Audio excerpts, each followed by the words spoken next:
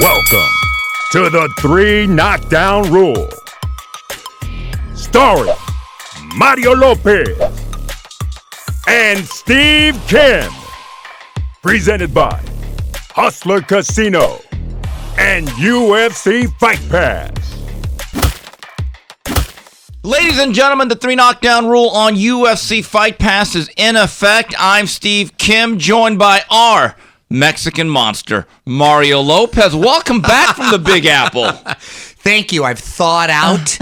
I'll give you my review on my week in New York later, but it's good to be back. Shout out Smoking Tim Frazier, back from across the pond, too. I've not thought out. Yeah, and we've got our boy Tino on the edits, the bout sheet for this week's show, Benavidez Andrade, then the return of King Rai, a preview of this weekend's upcoming battle for the WBC 140-pound title. Regis Prograis takes on Devin Haney, and we have Ask Mario. But first, we want to let you know this podcast is sponsored by Hustler Casino, located just 15 minutes from downtown LA. If you love poker, now is the time to play in their high-limit Crystal Room for a $50,000 total giveaway this holiday season. Come check them out. Also, a quick shout out to our sponsor and neighbor right here in Hollywood, Scout Micro LA. They offer a unique and innovative hair loss solution for men. A lot of guys deal with this. They do a thing called SMP, state-of-the-art restoration service, that replicate the exact shape and size of the hair follicle by tattooing tiny particles of pigment into the scalp, and it gives the illusion of hair. And they do a really good job, especially if you like to rock your hair in close fashion. You can see results in as little as one treatment. They can restore your hairline. They can make it look thicker. They can conceal any sort of scars or camouflage burns or conditions you may have. They use the highest qualities. So if you're going bald or just looking for a new look, hit up our homies over at Scout Micro LA and you mention this ad for a free consult, and they've got a lot of happy customers thanks to us. Yes, because if you're getting thin, he'll help fill you in. All right, let's get started. Round 1. November 25th was the date from the Mandalay Bay where the Flying Fishes play in Viva Las Vegas on Showtime pay-per-view for the WBC interim super middleweight title of the world, and it was David Benavidez absolutely bludgeoning Demetrius Andrade in 6. Mario, I thought the fight might go longer, but by the 4th round, you just had this feeling like, ain't looking good for Boo Boo. I was very surprised of the outcome and the fashion, because to be honest, Boo Boo, Demetrius Andrade, was a very avoided guy, and rightfully so. Undefeated, champion, that's a slick fighter. Also a southpaw. He is a bad style for whoever you put up there. He's a tough puzzle to figure out, and he came in very confident, and Benavidez just didn't seem to care. I'm very impressed with Benavidez and the about face that he's made ever since he got in a little trouble a little while ago. It's like he got himself a nice lady, he settled down, and he's really matured, and he seems incredibly focused. How he squeezes down to 168, I don't know, because if you ever meet the guy, he's huge. How he's able to make that weight is a mystery to me, and I really hope he can hang in there a while longer, because he seems to be bursting at the seams. But what I love about Benavidez is he doesn't seem to care what your style is, because he's going to make you fight his fight. He's patient in there. He doesn't get overwhelmed by the moment. He slowly and methodically breaks you down. And once he gets going, we've discussed it, it's like a snowball. It's an avalanche. And he just seems to get better with time.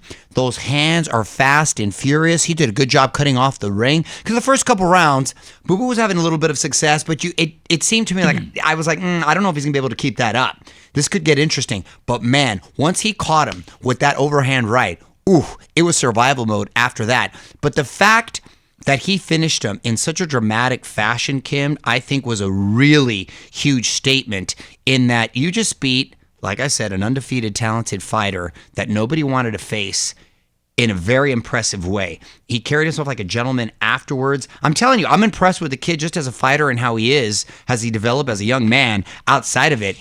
And he's waving those pom-poms and really campaigning for that Canelo fight, which I want to see, the rest of the fighting public wants to see. I don't know if Canelo wants to see that right away. And Canelo is not one to avoid any dangerous fights. We can get into that later. I mean, he faced the who's who, but That's going to be a tough out. But bravo to him. Tip of the cat, dare I say, maybe fighter of the year? Well, when you have a campaign where you chase down Caleb Plant and beat him down late, and then with Demetrius Andrade, it's not the fact that he won, it's how he won. Exactly. To stop a guy in the first half of the fight. Mario, remember the original Star Wars that came out in 77? Not these new ones that they've ruined. Do I remember? Yeah. Yes, and you're right, they have ruined them, except for the TV shows. TV shows are good. You gotta and watch those. remember when Luke and Leia and Han Solo and Chewie were in the trash compactor? I love that scene. And the walls just close in? yeah, and the stuff was going out there. Yeah, Remember and you're that? kind of like, oh my God, we can't get away from this. That's David Benavidez. He Yeah. closes in on you, and he seemingly gets bigger. He does. Because the other guys shrink. And it's like this. Demetrius Andrade was like that really fast guy in a marathon that's like the rabbit. He sets the pace, but you knew he could not last. And I thought he may have won the first round, had a pretty good second, but by the end of the third, the walls were closing in, and when the fourth round happened, when he shortened up that right hand, I said, this fight's over. It really was that simple. And I was surprised because I thought he would be victorious, even though I thought it would be a much more difficult fight, and I thought he might win in an ugly fashion just because I thought Boo Boo might stink out the joint, and it's just tough to look good against him. But the fact that he was able to win in a dramatic fashion against that style and Right. that type of fighter, I thought spoke volumes. So to me, he's made a case for fighter of the year candidate. He'll be invited to the banquet. Exactly. There's no doubt about Yeah, it. some tequila. I'm Yeah. fine with that. No, Oh. some of that. Give me that shot. Well, We're starting to drink a lot more right here. The issue with Benavidez that I love is the fact that he actually just goes out there and, like John Wooden says, he had his old theory. We don't watch tape. We just do us, and we execute at a high level. That's exactly and, it. And people could say what they want about Benavidez. I know Tim Bradley had said he doesn't have classic footwork. He's a little bit squared up. But I will say this. The last line of defense for any fighter is the chin. And David Benavidez seems to catch very well. He does. And it seemed to me like even when Andrade was letting it go, these fast, striking combinations, they look like marshmallows bouncing off a battleship, and you're like, uh-oh, Demetrius, you better start running and doing your version of Pernell Whitaker. But here's the thing. He's not a natural super middleweight. You could kind of see it. He's more of a 54-60. But once Benavidez gets going downhill, there's almost no stopping the guy. And I just wonder, looking ahead with Canelo has had an unbelievable run. He's already a first ballot unanimous Hall of Famer. Absolutely. But at this age, 65-plus fights, the activity level and the volume against the precision counterpunching of Canelo, I'll say it right now. It's the biggest, best fight you can have in 2024. I agree. And look, I've mentioned Canelo is not one to duck anyone. He's put himself right in the mix with the toughest guys. He faced a Mayweather when he was far too young. I thought he should have waited a little bit. Guys from Erislandy Lara to Austin Trout, to even jumping up and trying to fight Bivol. Yeah. So I don't think he's, quote, scared or intimidated at all. As a matter of fact, I actually think it's an interesting fight because I think because of the lack of footwork or speed, I should say, with Benavidez and him in front of you, you haven't seen too many people go to the body Right. of Benavidez, and we know Canelo's a hell of a body puncher. And with some of those counter shots, I'm telling you, that could prove really interesting, and he's heavy-handed. So we haven't seen Benavidez fight a guy, at least to my knowledge, that has been maybe as heavy-handed as Canelo. So I think it matches up well. I think it's a very entertaining fight, along with it being an intriguing fight to see who the victor is. Salute to that. The one thing about Benavidez is that you're right. You're absolutely right. Look, Caleb Plant is a slick boxer. Demetrius Andrade was slick and athletic, but they do not have the heavy-handedness or the precision punching. One thing about Canelo, he turns over his punches, hits on the barrel of the bat. So it would be the activity against the precision, but you do wonder, does pressure bust pipes, especially at that age? But at the same time... But the same could be said the other way, Ken. Yes. Same could be said the other way. He could be having a vicious body attack toward Benavidez, and we'll see how that plays out. Right, so that's an interesting fight. But It really David is. Benavidez really has developed into a fan favorite. And the one thing I appreciate about him is that it is such a juxtaposition. Yeah, big SAT word there. That a couple weeks ago, we saw Shakur Stevenson stink out the I'm glad joint. you brought that and up. And then we have Yes. Benavidez. And I'm not saying which guy is better, but I know this much. From a general casual perspective, if you had $75 to spend on a pay-per-view event, as of right now, I think it's clear which guy you'd plunk down your hard-earned money for. We're in the entertainment business. That's what it is. And you want to see him. And ironically, Benavidez is not one to do a lot of talking. He's like I said, he's been carrying himself like a gentleman. He's not out there letting those Twitter fingers go. As opposed to, that was a funny nickname. Who gave Shakira Twitterson. Shakira Twitterson. That's funny because he is letting those fingers go on Twitter, but I wish he let his hands go a little bit more in the ring. And Benavidez, you don't have to worry. He's one of those guys that's sort of quiet, and he's in there and he's making statements, letting those fists fly. Again, a case could be made. He could be fighter of the year. That's the number one fight I want to see this next year. That's the only one that I think could rival what Dana White is planning on September 16th at the Sphere. So fingers crossed, prayers up, that happens. Yeah, and taking a look at this really eventful undercard put together by PBC for the WBA Junior Lightweight Championship, we have a new belt holder, Lamont Roach, with a hard-earned split decision over Hector Luis Garcia in 12 rounds. And then for the IBF Junior Welterweight crown, Subriel Matias just wears out Shohjan Ergashev. That kid's a problem. And then super middleweight Jermel Charlo, 10-round decision over Jose Benavidez. Mario, there are very few boogeymen. Everyone gives people the tag, but I think there's not that many guys avoided. I will say this right now. Subriel Matias, with the fact he puts you through the meat grinder, I don't know how many other belt holders at 140 actually want to go through that. Listen, and I know we're going to get to Ryan Garcia in a second. And how Rolly Romero is a champion, oh my gosh. And he's saying he's busting at the seams. He wants to go up to 147. But if Matias were to get that belt for some reason, there was some sort of elimination, who wants to face that kid? That kid, he's all wrong for a lot of people. He's a tough out. He's impressive. That's turning into a very exciting division. Ergashev started off fast, letting his hands go, looking like Central Asian Manny Pacquiao. And then in the middle of the second round, he just said, okay, enough with the tomfoolery. And look, I don't want to use the word quit, but he said, hey, I have a lower extremity injury. I couldn't go on. I couldn't move. You know what? I'll just say it like this. Guys like Subriel Matias, they push guys towards saying, I'm waving the white flag. I don't think he wants anymore. He hits hard. He's durable. He's got an engine. He's got a motor. And he is tenacious. Yes. And he's the type of guy, even with a belt, other guys absolutely skirt. But that's another guy. He's become must-see appointment viewing on television. Absolutely. And I want to say congratulations to a young man that I saw develop on a lot of Golden Boy cards at the Belasco Theater, at Fantasy Springs, and various undercards. Lamont Roach is now a world champion. Congrats to And him. I was happy for him. I remember years ago, I was at a fight in Maryland. I think it was a Vasil Lomachenko fight, and he is from the D.C. area. Lamont is a very well-mannered young man. I like to hear Very, very nice person. He said, Steve, what do you think about me as a fighter? And I said, Lamont, here's the thing. I was very honest with him. I said, Lamont, I think you're a really sharp craftsman. You have all the skills. You have all the tools. But however, Lamont, I don't know if you're mean enough. He goes, really? And I said, Lamont, I'm going to leave you with this. This ain't the Bible. The meek don't inherit the earth here. In this fight, he was mean enough, and now he gets to make some money. So congratulations to Lamont Roach. And you know what? That. Maybe he's in line for a fight with Tank Davis because they're both from that area. He's a good little craftsman. I was really impressed with the way he just held himself together, and he needed that knockdown to put it home, and now he can call himself a world champion. Look at you having influence on these kids. Well, that's what I do. That's what Uncle Kim, the Uncle Kim's. All right. But anyway, moving on. Round 1 of the 3 knockdown rule on UFC Fight Pass this past Saturday from Houston, Texas. Folks, we almost had a problem, but it was taken care of on the zone. Oh, my gosh. In a welterweight battle. Ryan Garcia stops Oscar Duarte in 8. But Mario, it was one of couple fights for Ryan Garcia because he was battling Golden Boy Promotions the whole week. Oh, well, I'm glad we were going to talk about the promotion prior to the fight itself.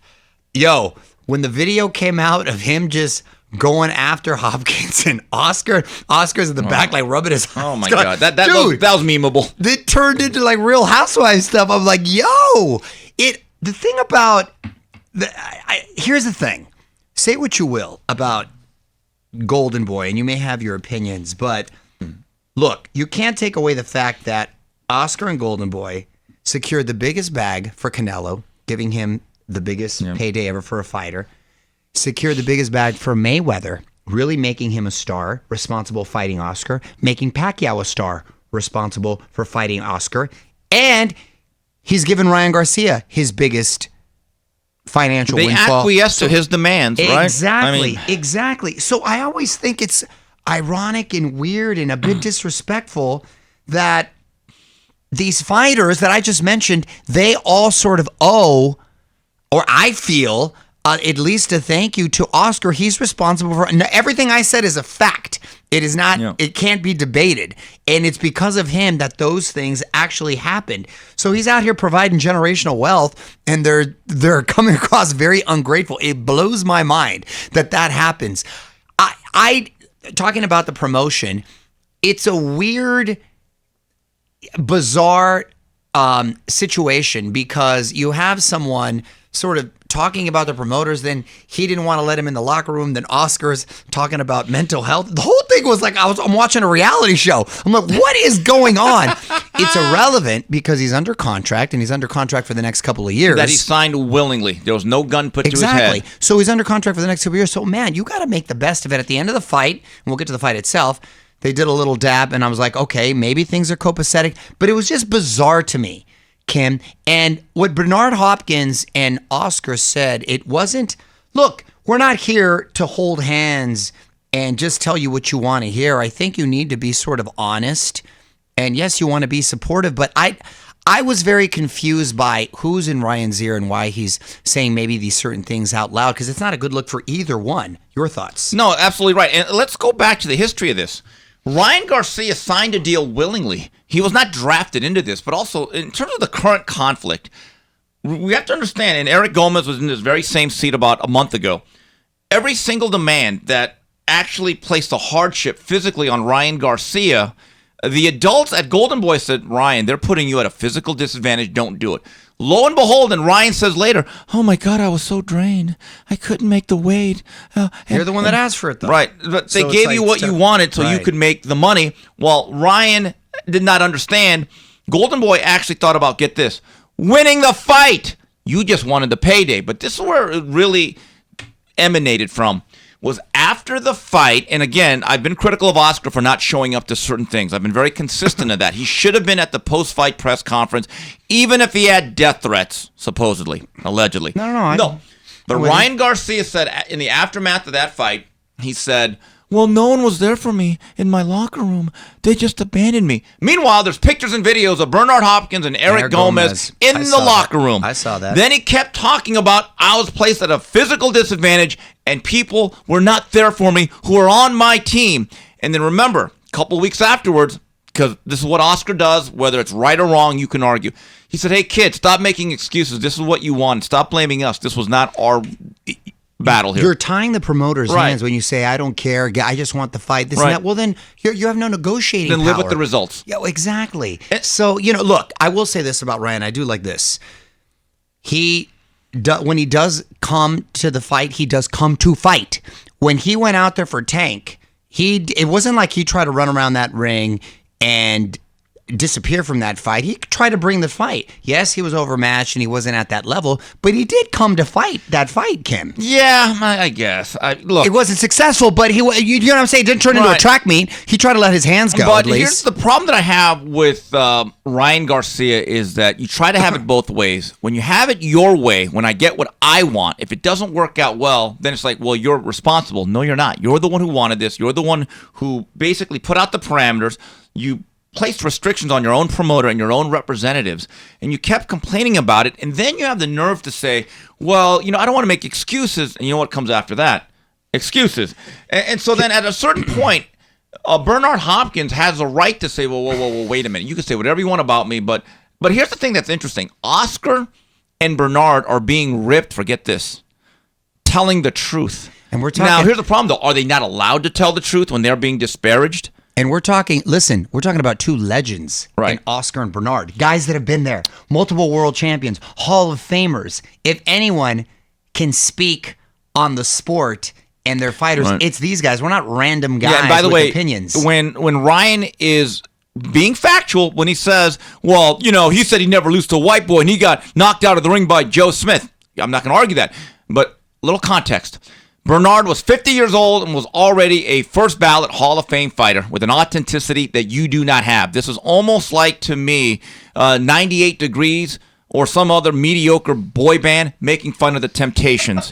Okay, yeah, I went there. You went Temptations, though. Yes. You were great in that analogy until you hit Temptations. Right. I love Temptations. New Edition? I thought you were going to say like Rolling Stones or somebody. I don't care, the Beatles or somebody. The Temptations were good, though. I love the Temptations. That was just a random... Well, that's out of respect for Bernard and his culture. all right, but I'm fair just enough. saying. Stupid. So I'm just saying. that Stupid. for this guy, for this young kid. Tequila's hitting you. Yeah, it really is. Casa Meg. But I'm just saying that there comes a point in time, like, have a little respect for your elders.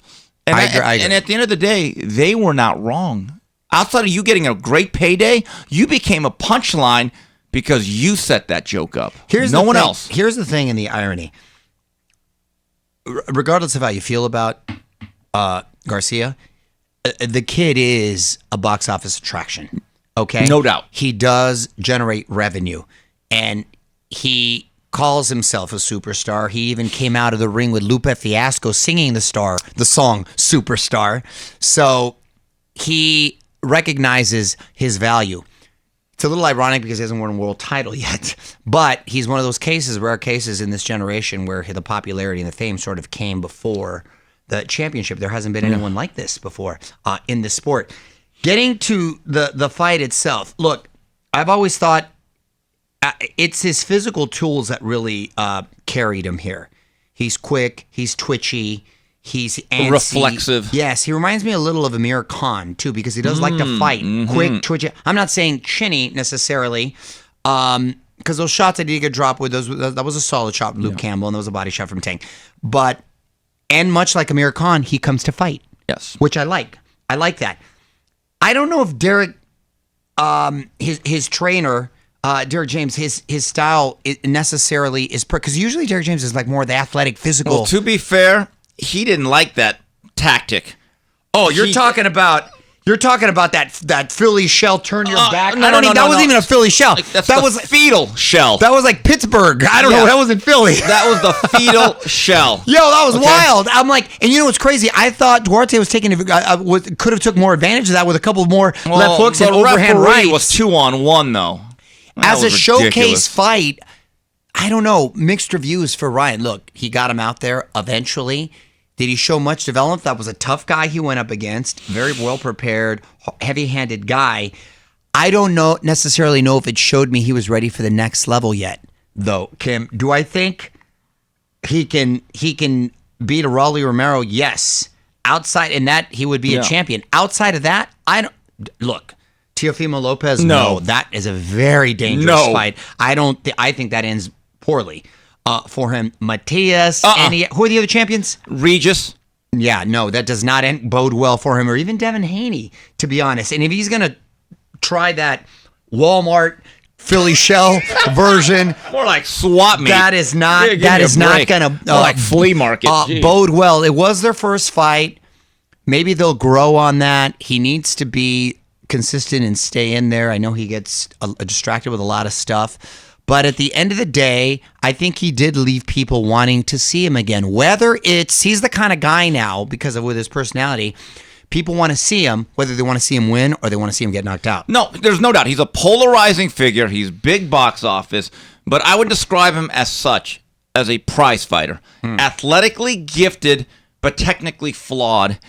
And here's the problem. He's now a twice-a-year fighter, and trust me, that pissing contest with Golden Boy, it'll continue. It'll flow like the Mississippi River. That'll never end. So he's never going to get on a schedule where him and Derek James for 1 year can get out there consistently and work and hone their tools. It's not going to happen. What did you make before you continue? Then he came out recently and he said something about being injured going into the Tank fight, and Tank came back and said some stuff. He forced his promoter into a bad position then.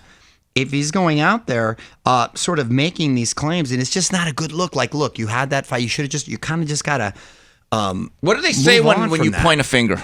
You've got 4 more pointing back. Right. And so that's where you lose me. And look, Ryan Garcia is a fighter with incredible physical gifts, but he reminds me of a sports car with no brakes. That was the problem with Amir Khan. And keep this in mind, Mario. This fight was at 143 at his behest. That's another thing. So what happens when he has to shave down another 3 pounds And instead of fighting Duarte, who's a tough, solid guy, which I expected, but he's a lightweight.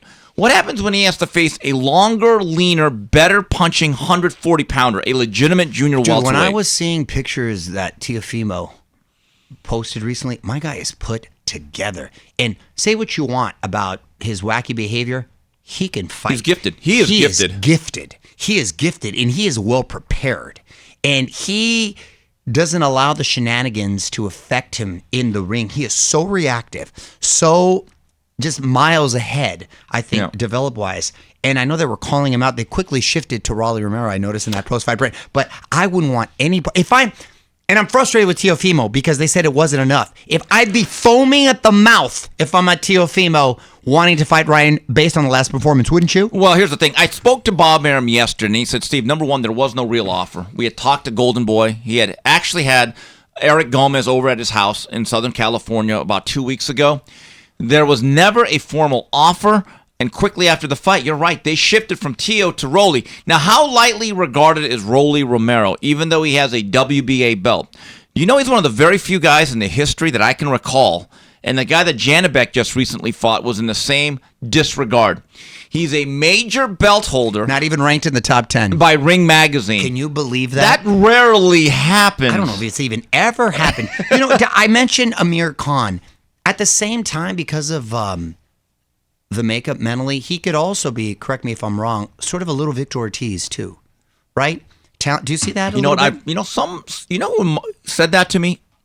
Larry Merchant over lunch last Friday made that exact comparison. Great minds think alike. They do. And Larry here's the thing about Victor. Right? And I like Victor. I love Victor. And Victor had that dog in him. You know what I like about Victor?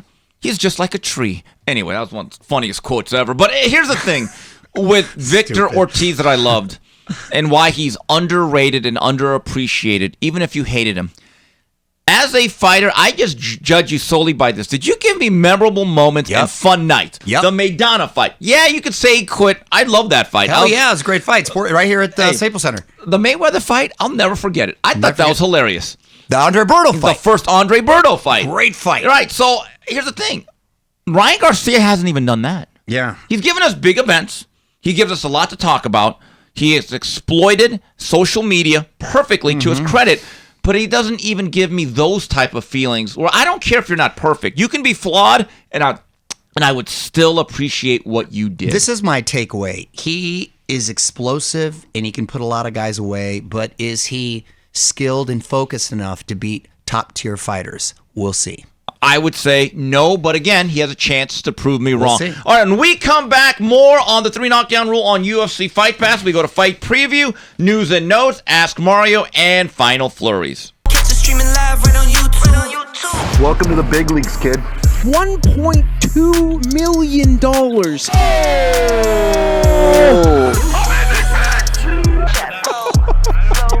And I'm losing in this fucking game. What the fuck? There's a 400K flip. If I win by way, you get 10 grand. Fucking straddle! For my fans! What? I read it twice! Wow. All in a call. I'm not fucking leaving! Raise it up.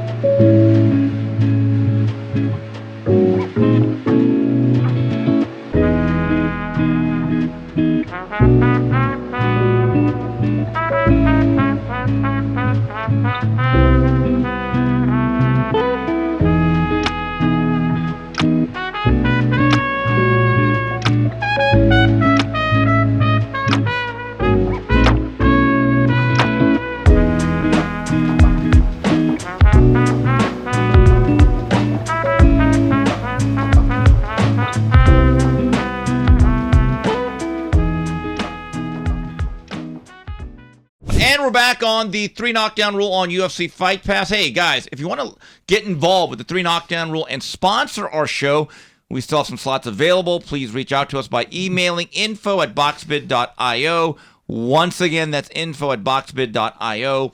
Boxbid.io is an online platform that is launching soon that helps public figures and professionals in the world of boxing get sponsorships. We are proudly working with Boxbid.io.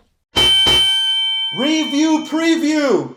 All right, this Saturday night from the Chase Center in San Francisco on the Zone. Pay-per-view, the main event. The title is on the line. Speaking of junior welterweights, the WBC title is Regis Prograis takes on the upstart Devin Haney. Mario, I'm surprised. Do you know the odds for this are like What are they? 4-1 in favor of Haney? I think that's an overplay. Ooh, that's steep odds. That's a good bet right there. Look, Haney looks very well prepared. Looks very, very good shape. It's the first time we're going to see him at 140. We know he was struggling to sort of make that weight. Will it slow it down a little bit? Will he be able to carry his power? Will he have more power? We'll see. What I do know is Regis Prograis can crack, and he is a powerful junior welterweight. He's coming off a performance in his hometown where it looked like he was struggling a little bit, and he talked about, and I love Regis because he's so candid and refreshing with his takes, saying that it was a lot of pressure being there, and he didn't like necessarily fighting in his hometown with all the people calling him and kind of distracting him. He is focused. Yes. He is sort of angry, got a chip on his shoulder heading into this. He knows he's going into Haney's backyard. I think he's going to want to close the distance, make it a dirty fight. If he can get inside that jab and land some big shots on him that other people have landed before, he could have a very successful night. Now, that's a lot easier said than done with a talented guy like Devin Haney, but I really like this fight, and those odds to me are way too big. If you're a betting man, it seems like Prograis is a nice take here. And with Julian Chua, who feels he's very well prepared, but he does recognize that Haney's a talented guy, I'm intrigued by this fight, and I'm really looking forward to checking it out. And Mario, you talk about the distractions of fighting at home. I spoke to Regis last week at Brickhouse Boxing and writing a story on this soon. He basically said, Steve, I made a mistake. Day of the fight, I was bored, and I go to my mom's house, and I'm bombarded by all my relatives and friends. And then even the friends that get tickets, then it becomes, well, am I sitting ringside? Or am I? And they're like, Exactly. guys, the sin of ingratitude. And he said, Steve, it's the biggest mistake, and my mind was just not right. He says, I never really want to fight at home again. And he says, I actually like the fact that let Devin Haney have these problems in the San Francisco, Oakland Bay area. I just want to be able to fight, and you're absolutely right. He has a chip on his shoulder, and I don't make too much about talking to fighters a week or two out, but he seemed very focused, and he also seemed very happy. I don't think the weight's an issue. He looked laser focused, and he does have something to prove. I find this fight fascinating in one respect, among many others, but both Prograis and Haney are coming off of fights respectively against Daniel Zorrilla and Vasyl Lomachenko, where people think they lost. I think they each have something to prove, but Regis Prograis told me something really funny. He said, Steve, when I hit him with shots that Lomachenko did, something different's going to happen. And I said, well, you mean junior welterweight punches? And he said, no. My punches. Exactly. So that's going to be interesting. Even in the fight that people may feel he lost, remember he hurt him in the second round and dropped him. So it's very interesting. And I keep thinking, guys like Jojo Diaz, who are not as heavy-handed as Regis. Reached him. Yeah. Reached him late. I remember that fight. So could that be the weight train and it got to his legs? We'll see. But I'm very excited about this fight. Hopefully we'll get to watch it together. I do believe that the one doubt that people have about Prograis, and this is a factor, he seems young. He's got a great spirit to him. Doesn't look like when you look at him, he looks like a young man, but he's 35. And that's the key. Yeah. You know what? I forget. It don't crack. Because it don't crack. It's well, right. No, but he does have that energy, and he does. Yeah, exactly. He's got a great spirit. I find Regis really like to be him. I really like Regis. one of the most intelligent people I've ever met. Like in any setting, he could fit in. He could get along with people. He's a gentleman. I like the way he carries himself. But he does have a chip on his shoulder this week. This is not about the title. He wants his respect. And with Devin Haney, now look, there's a natural inclination. Well, now that I'm moving up, I'm going to get my legs. I don't have to kill myself to make weight. But Mario, if you're not a puncher at a lower weight, how many times have you seen a guy suddenly become a better puncher at a higher weight? That's a very good point. It doesn't happen. That's a very good point. And also the punch resistance. I was there when Linares drilled him late, and I was also there when Joseph Diaz started to really touch him up with left hands. Now, you may not get a little extra pop going up, but maybe it'll help sturdy those legs. Yeah, the legs and the chin, they work together. I'll just say this. In my view, Rougarou is a live I do too. dog. I do like too. I'm those interested. odds. I'm interested. Also, that same night, this Saturday on ESPN from Pembroke Pines, Florida, on ESPN for the WBO featherweight title, Robeisy Ramirez defends against Rafael Espinoza. And also on that card, Top Rank's deep roster of prospects, which includes Xander Zayas, Bruce Carrington, and Richard Torres. News and notes. Mario, news and notes was announced last week by The Zone. January 27th, put on by Golden Boy on The Zone. Jaime Munguia takes on John Easy Ryder. I love that fight. I'm surprised by that fight. Ryder's a tough dude. That's going to be a tough out. Ooh, it's in Phoenix, of all places. A lot of Mexicans there. A lot of Mexicans. I was hoping here in LA, selfishly, obviously, but I really like that fight. And we're going to see what Munguia is really made of, because Ryder is going to push him. Munguia's been preparing with Freddie Roach, so it's going to be their first venture together. But I'm intrigued, and I'm actually surprised that they would match him so tough in his first time out here. Munguia is in the Canelo sweepstakes and he is in the running for that Cinco de Mayo slot, he needs to show me something. And I think Ryder, if he can take care of him in dominant or clear fashion, it becomes a lot more credible. I agree. Because, look, let's just be honest. The Derevyanchenko fight was an unbelievable battle, but if the roles were reversed and Derevyanchenko was the Golden Boy fighter, they could have stopped that fight in the 5th round. Okay? That was a fun fight. Let's just be very honest about that. That was a fun fight. So we'll see. And the marriage between Roach and Munguia, I'm curious. I'm curious so to see, because Roach does really well, our good friend Freddie, with offensive fighters. Mario, we are filming this show on a Wednesday, but on this particular date, and boy, time really flies. You know, it's 15 years ago to this day that it was Manny Pacquiao, Oscar De La Hoya. It's already been 15 years ago. 15 years. I believe that, because that was one of my wife and I's first sort of getaways into Vegas. Like, we just had dating, and I took her to Vegas for that weekend. I took her to that fight. I said, I know both of these guys. They're both, and Oscar should be Who are you too rooting big for, honestly? Well, I liked them both, but Oscar, I thought honestly, I was going in there, I said, Oscar's going to be too big for him. I said, I can't believe Manny's was going to be a good payday for mine. And I was like, whoa. But you can't tell me that you thought that Manny Pacquiao was going to go out there and blow him out. Not at that stage in his career, because he was going up in those weight classes. Oh, come on. You're Monday morning quarterback right now. You Mario, can't tell me to get out of my face. I'll have Doug Fisher bring this in. Get out of my face. Ring Magazine. You're a liar face. Ring Magazine actually did a prediction panel of trainers, managers, boxers, and some writers. Out of 25 writers, I was one of 2 that said Pacquiao will win this fight. And I'll never forget when he fought. I'm going to have to see documentation. You will. And by the way, Filipino writers were writing stories about my prediction. It was the funniest thing. They were. Go to Manila, dude. Because a lot of the Filipino media, they were saying Bob Arum is getting our national hero slaughtered and he should be ashamed of himself. So damn, I didn't go that hard. Sometimes when you see something and you just have it in your mind, if you recall, when De La Hoya fought Steve Forbes at the soccer field. I remember that here in LA. Yeah. And he had a little success there.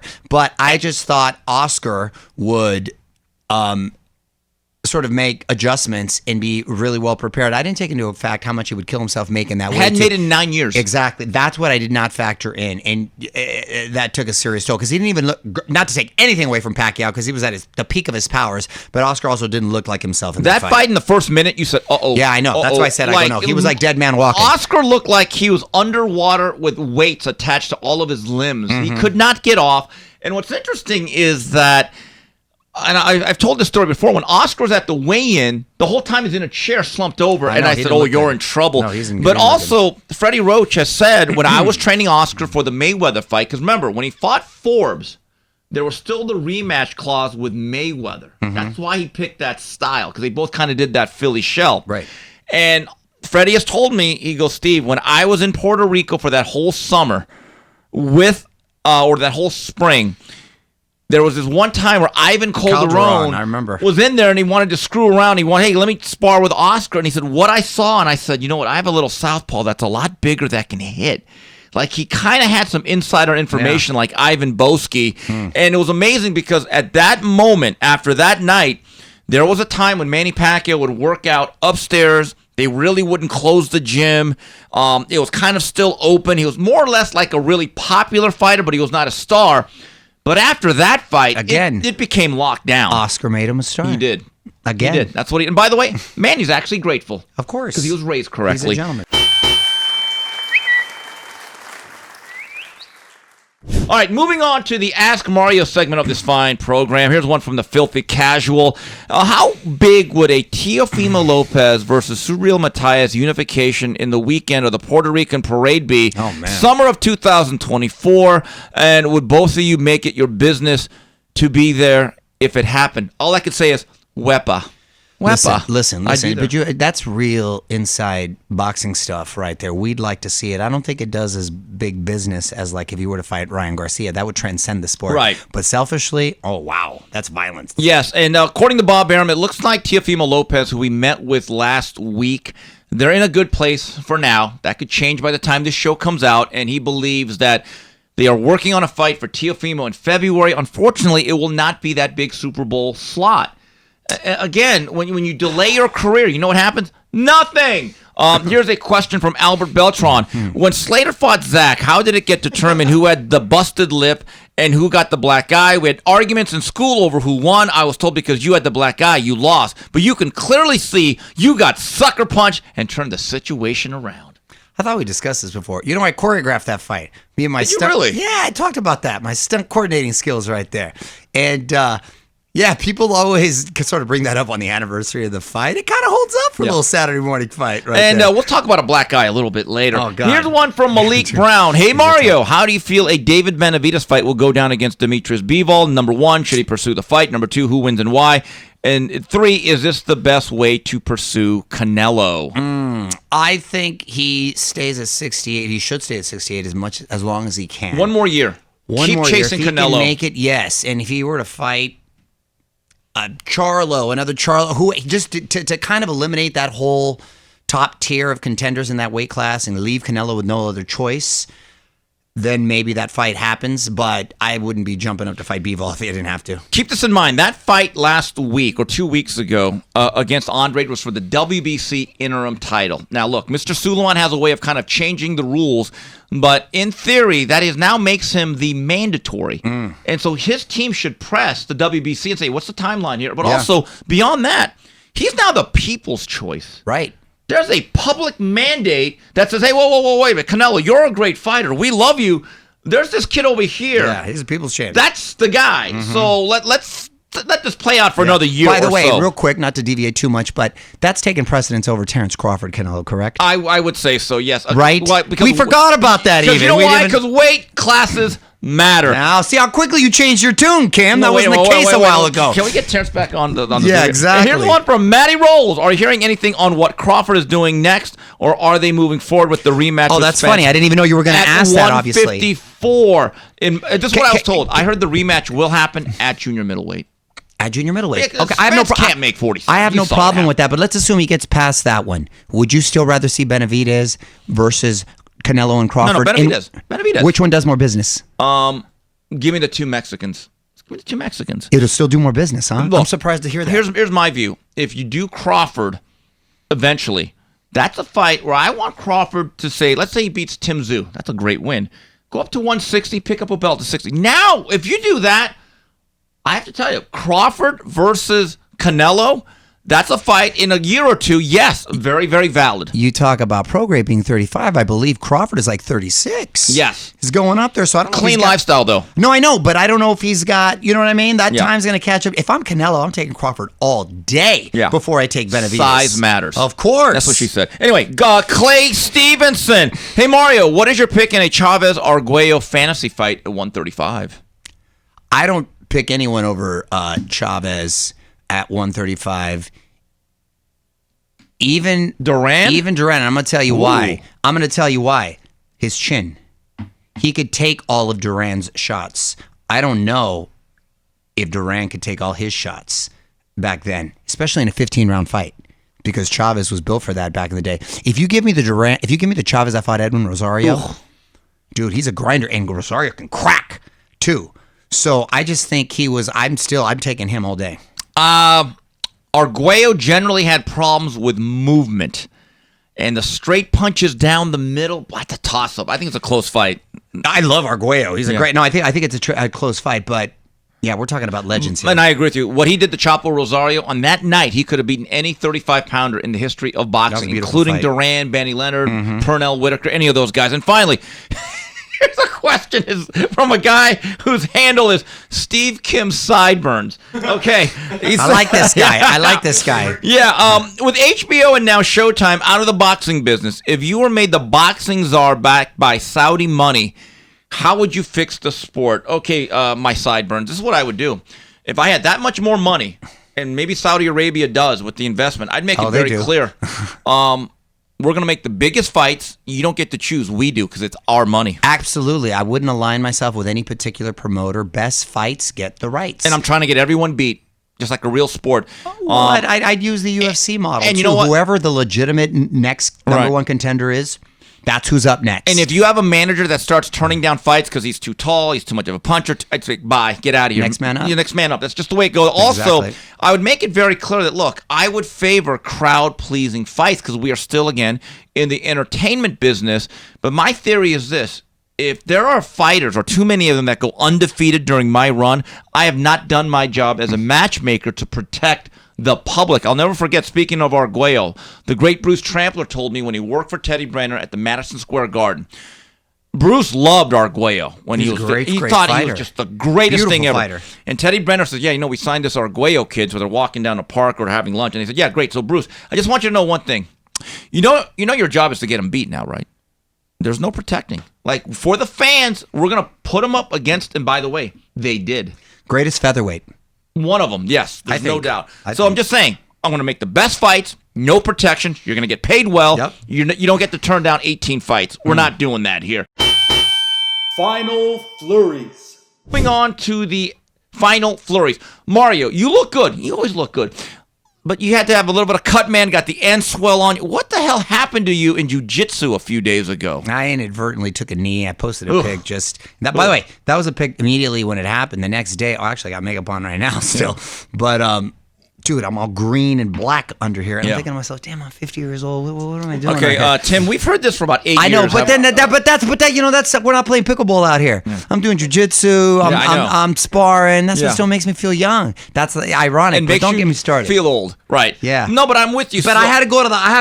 I got to get an MRI on my thumb because that's been bothering me and all that. It's just aches and pains. It's gonna do. You know what your next venture needs to be? Remember the board game Operation? Yeah, I remember that. We need to have like a Mario Lopez operation with the red nose. You got God the thing, forbid, I don't wanna your get operated rotator on. cuff, and all that other stuff. Mario, a man that actually helped launch your career, and there's a legend, Norman Lear, passed away. 101 years old. Had a good run. Hell of a run. First professional gig I ever had. 10 years old, 1984. A.K. Pablo with Paul Rodriguez. Norman Lear launched that. We only did 13 episodes. It was short-lived. He was ahead of his time. Big Mexican family, but it was I think we hit too many nails on the head with all the bad stereotypes. Couldn't do that show today, right? He was such a progressive sort of genius. He had the first interracial couple on. He had the first wealthy black family with the Jeffersons. He had taboo subjects that you wouldn't talk about, All in the Family, Sanford and Son, Good Times, One Day at a Time. These shows still air today. Yes. We're talking some of the greatest television sitcoms of all time. And my guy worked until he died, and my wife tried to get him to do a video for my 50th birthday, but I don't think he was in good shape at the time. But man, just a tip of the hat. And I know that word legend gets thrown around, but he really is a titan, a legend. That man produced more hits than Berry Gordy. I mean, iconic shows that were... Do we love all those shows? Think about it. Those shows were at their peak in the 1970s. We'll be watching them 50 years from now. That's how, iconic a lot of those programs Isn't that crazy? are. Mari, what was New York City like? New York City. I like New York, but I love New Yorkers. Cool people, down to earth, hustlers. They have great energy. They're really cool with me. But damn, we are so spoiled out here. It is warm. It was freezing. I walk outside and had to be, like 7 in the morning, had to be at work and stuff. It's like an uppercut to the face when you walk outside with that cold ass air. I'm like, gosh. What was it? Damn. 20s, 30s? It was 24 degrees when I hosted the Rockefeller tree lighting outside heaters, and I'm like, and my nose is running. I'm trying to be cool on TV, and so it's tough, man, and it stays cold all the way to like March, April. That is brutal, and then it gets humid and sticky and nasty. We're really spoiled out here, but it's so much energy and fun out there, man. New York's great, but by the way, I love LA. In Southern California, last few days, high 70s, low 80s. Dude, is that wild? I know, God. I love it. That's why we put up with these taxes. Yeah, exactly. Mario, you are a Charger fan, and you asked me this question. I did ask this question. I was waiting for your answer. A lot of rumors out there about new coach. I've showed you all the statistics. We've lost games by 3 points or less more than any other team in history. And for me, it's a lot of time management, messing up with certain play down calls. in distance. Exactly. Ugh. And just not being football savvy in the Or coach, sound. in the cage. Or sound. Exactly. Right. So to me, it would think like a Bill Belichick could write that ship. I know Jim Harbaugh is another name there. My brother-in-law happened to have played for Jim in Stanford. He's not a lot of guys in the locker room are not big No, fans. he wears on you. He wears on you. And that's been the case in Stanford, the 49ers. It seems to be at Michigan. Seems to be at Michigan. NCAA. So is it worth getting a Harbaugh, or would you rather get a Belichick? So I ask you, last question. You know, Belichick seems to be very old and haggard. Have you watched his recent press conference? They're worse than usual. Well, he Because doesn't he's have not- Tom Brady, though. Well, but if he were to have Justin Herbert, then maybe we're onto something. Look, What do you think? I'm going to say this. Here's the problem. If you get Belichick, you have to hand him over the whole football operations. Do you know why the Patriots are so bad? He chose the players. I don't think that he's any worse of a coach. I don't think he's forgotten anything about football. But Mario, that whole team, especially offensively, is a direct result of the direction and the decisions made by Belichick. Fine. With the player personnel, we don't have that issue at Chargers. We have a lot of talent. Belichick will never lose a game because of bad clock management. He will never lose a game because of sloppy special teams play. He doesn't beat himself. The Chargers beat themselves. I'm with you on that. You get me? But also, he's old. How Harbaugh- dare you, ageism? Oh, thank you. But Harbaugh is more or less our age. He's still right in his coaching I like me prime. some Harbaugh. I just don't like inside because my brother-in-law and all the guys, the players don't seem to dig him after a while. You know I'm right about that. No, but this ain't a popularity contest. I know, you but think after- George Patton was popular with all his soldiers? I'm not saying you got to hang Yeah, with really? the guy, You think but I Bobby feel you Knight lose was the fun? locker room. I don't feel they're going to. That's a tangible. It's a very important quality as a leader. But I do believe every Or I'm sorry. Or do we go with like one of those young, new, like a Kellen Moore or something? You know what I'm saying? Oh, You know- you guys just hired one in Brandon. that's what Staley. I thought. That's what I thought. You Okay, you just you're, had that in you're Brian going Brandon. Captain Plaid Pants. Yeah, I like khaki. I like team. And by the All way, right, one last khaki. thing here. Moment of silence. As a West Coaster, I never thought it'd come to an end, but it did. Pac-12. It's no longer. I never thought I'd see it in my lifetime that two LA teams would be in the Big Ten. They're here in LA. And they're in LA, and they're in the Big Ten. Enjoy those games at Rutgers at 9 o'clock in the I morning, know, you that's- bastards. that's wild. Okay, it'll never be quite the same. But anyway, Pac-12, you had a great run, and now it's over. Rest in but peace. anyway, just want one last thing. If you want to sponsor our show, please email us, info@boxbid.io, and we'll be back next week at our regular time. On behalf of Mario Lopez, Smoke and Tim Frazier, and Tino on the edits, this has been the 3 Knockdown Rule on the UFC Fight Pass.